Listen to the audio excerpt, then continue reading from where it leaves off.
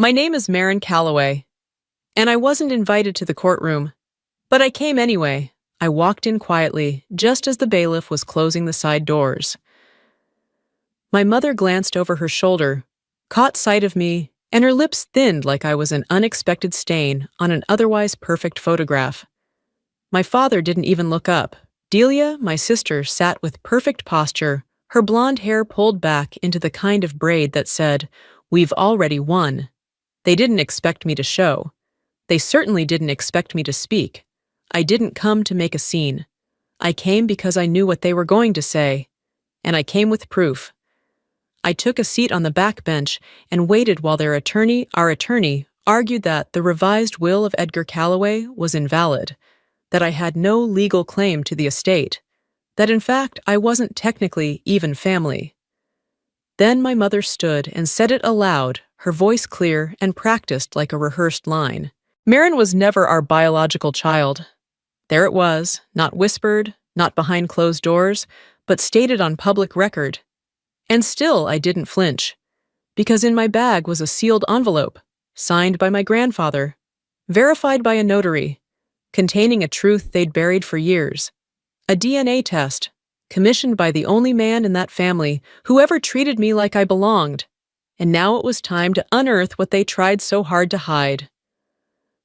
Before you hear the whole story behind that moment, if you've ever been abandoned, hurt by your own family, and still forced to smile through it, leave a comment. I'm not telling this to complain, but because, maybe somewhere, you've felt what I felt. Now, let me take you back to where it all truly began.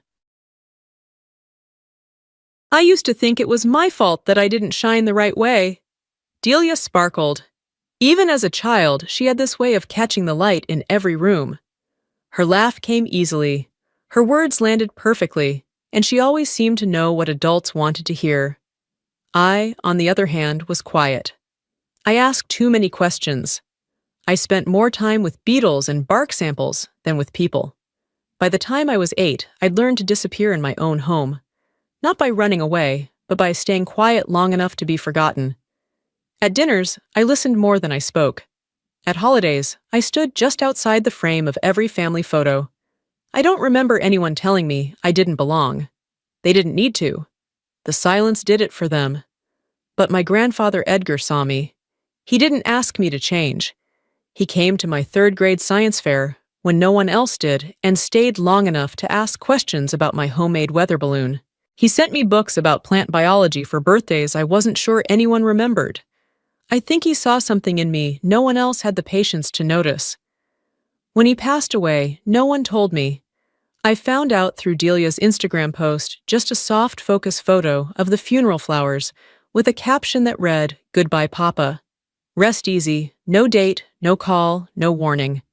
When I asked my mother about it weeks later, she just blinked and said, "It was a private service. You were out of state, weren't you?" I was in the same zip code. The truth didn't hit me all at once. It came in pieces, cold shoulders, invitations that never arrived, smiles that never reached their eyes. But it crystallized the day a package arrived at my apartment. No return address, just a thick envelope with a note handwritten and unmistakable. "If you're reading this, then they've started circling. Use this when the time comes." It was signed Edgar Calloway. Inside was a sealed manila folder marked confidential, a DNA test notarized, a second document that said it was only to be opened in court should the validity of the will ever be challenged. I didn't understand then, but I placed it in my filing cabinet behind the lease papers and my degree.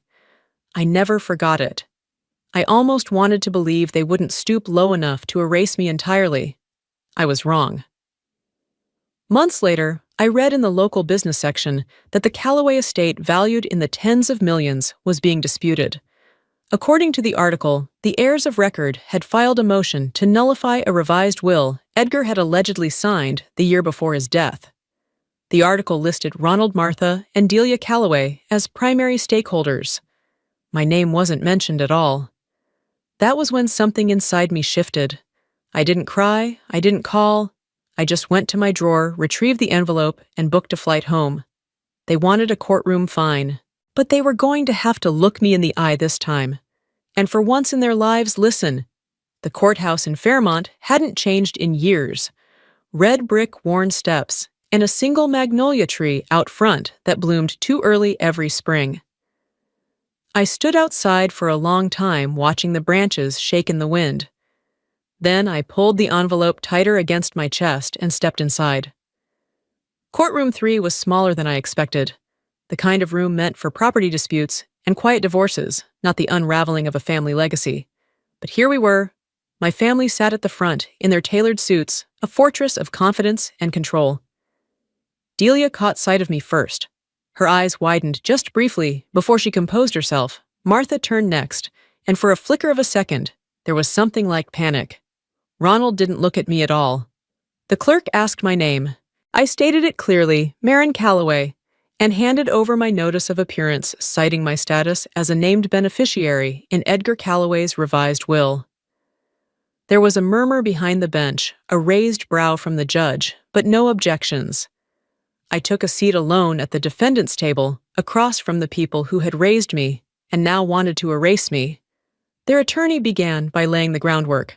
Your Honor, we believe the revised will filed by Mr. Edgar Calloway was produced under undue influence and is therefore invalid.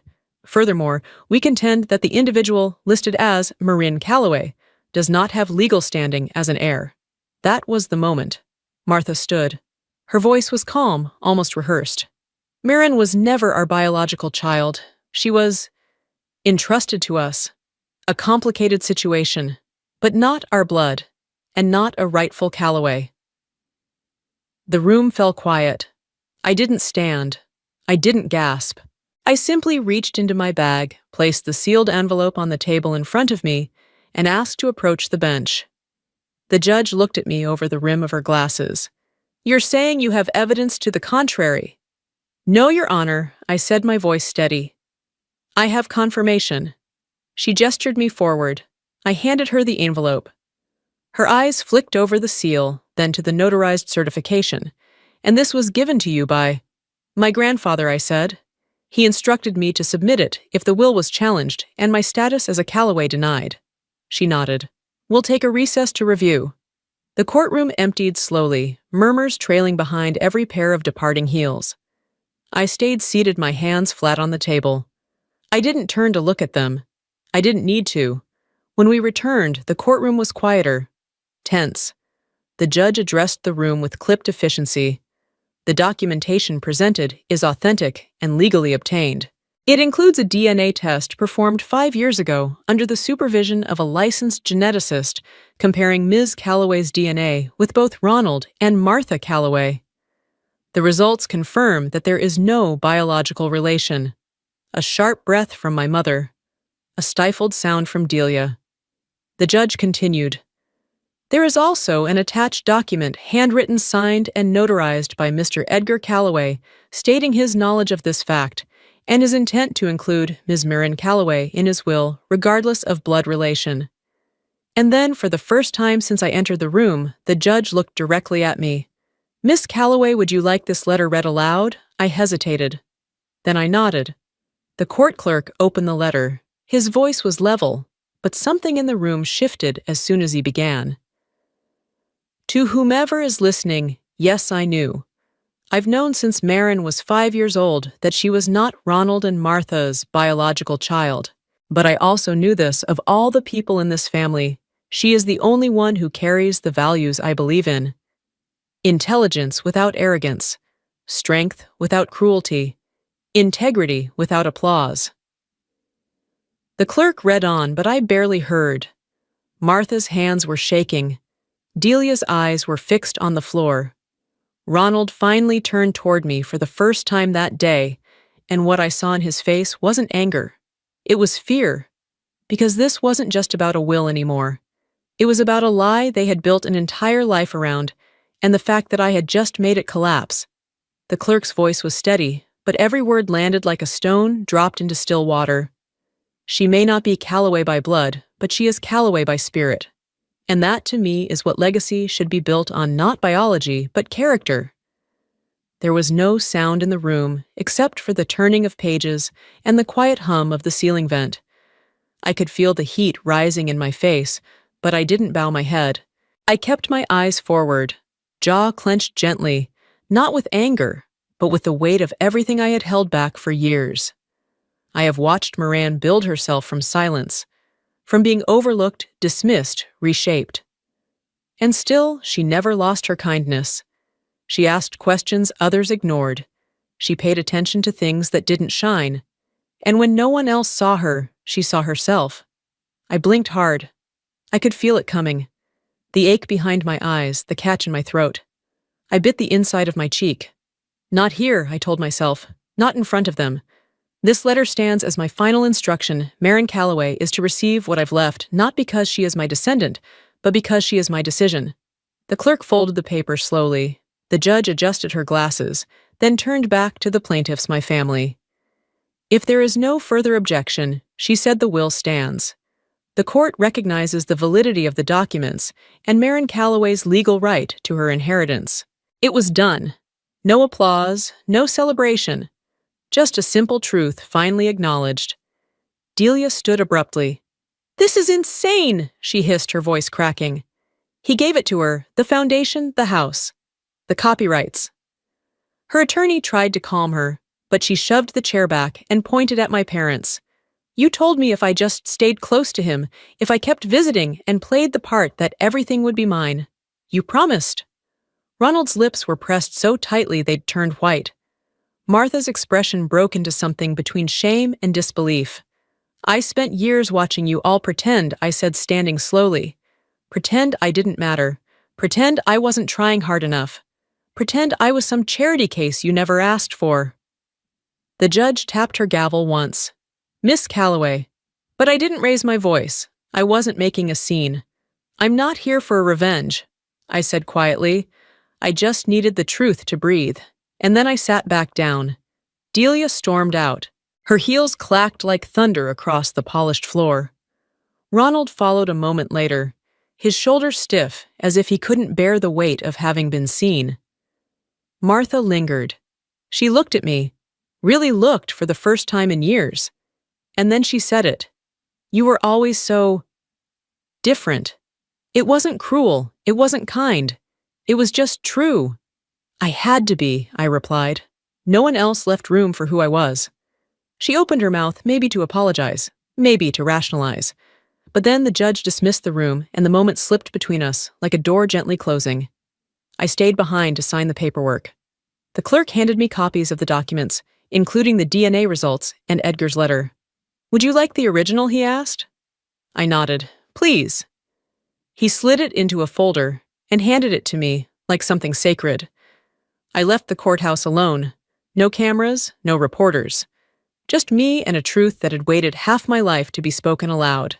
Outside, the magnolia tree had started to drop its petals. White blossoms scattered across the pavement, soft and soundless. I stood there for a while, the folder pressed to my chest, and let the silence settle around me. It didn't feel empty. It felt earned. The train ride to Vermont was quiet the way I needed it to be. I chose a window seat and didn't speak the entire way, just watched the trees blur past bare branches, clawing at a gray sky farmland, folding into valleys, the kind of terrain that looked like memory. When I arrived, the air smelled like cedar and distant smoke. It reminded me of my grandfather's coat. His house sat on the edge of a hill, overlooking a shallow river and an old apple orchard that hadn't bloomed in years. I'd only been here once as a child for a weekend nobody remembered but me. But everything felt familiar. The green shutters, the mailbox leaning slightly to the right, the creak of the porch under my boots. Inside it was exactly as I imagined, clean, but lived in. A woven blanket draped over a worn leather chair. Books stacked in quiet towers beside the hearth. On the kitchen counter, a folded letter waited with my name in his handwriting. It wasn't dramatic. Just a few lines. "If you're here, then it worked. I knew you'd carry this with more grace than I ever could. Welcome home, kid. Make something beautiful." I sat down on the floor, my back against the cabinet, and cried for the first time since the hearing. Not the loud kind, the deep kind, the kind that shakes loose whatever you've been gripping too tightly for too long. When I pulled myself together, I started opening drawers. Not out of curiosity, but instinct. I found a photo album tucked between tax forms, pictures of me and Edgar in his garden, me holding a hand-built weather-vane muddy sneakers, a crooked grin. None of these had ever been in our family home. These were his memories, our memories. Then came the files. In the den behind a false panel in the bookshelf, I found a box labeled MC. Inside my science fair entries, every school certificate I'd ever earned, and copies of the scholarships I'd received for college. At the very bottom, plans for a foundation. A real one.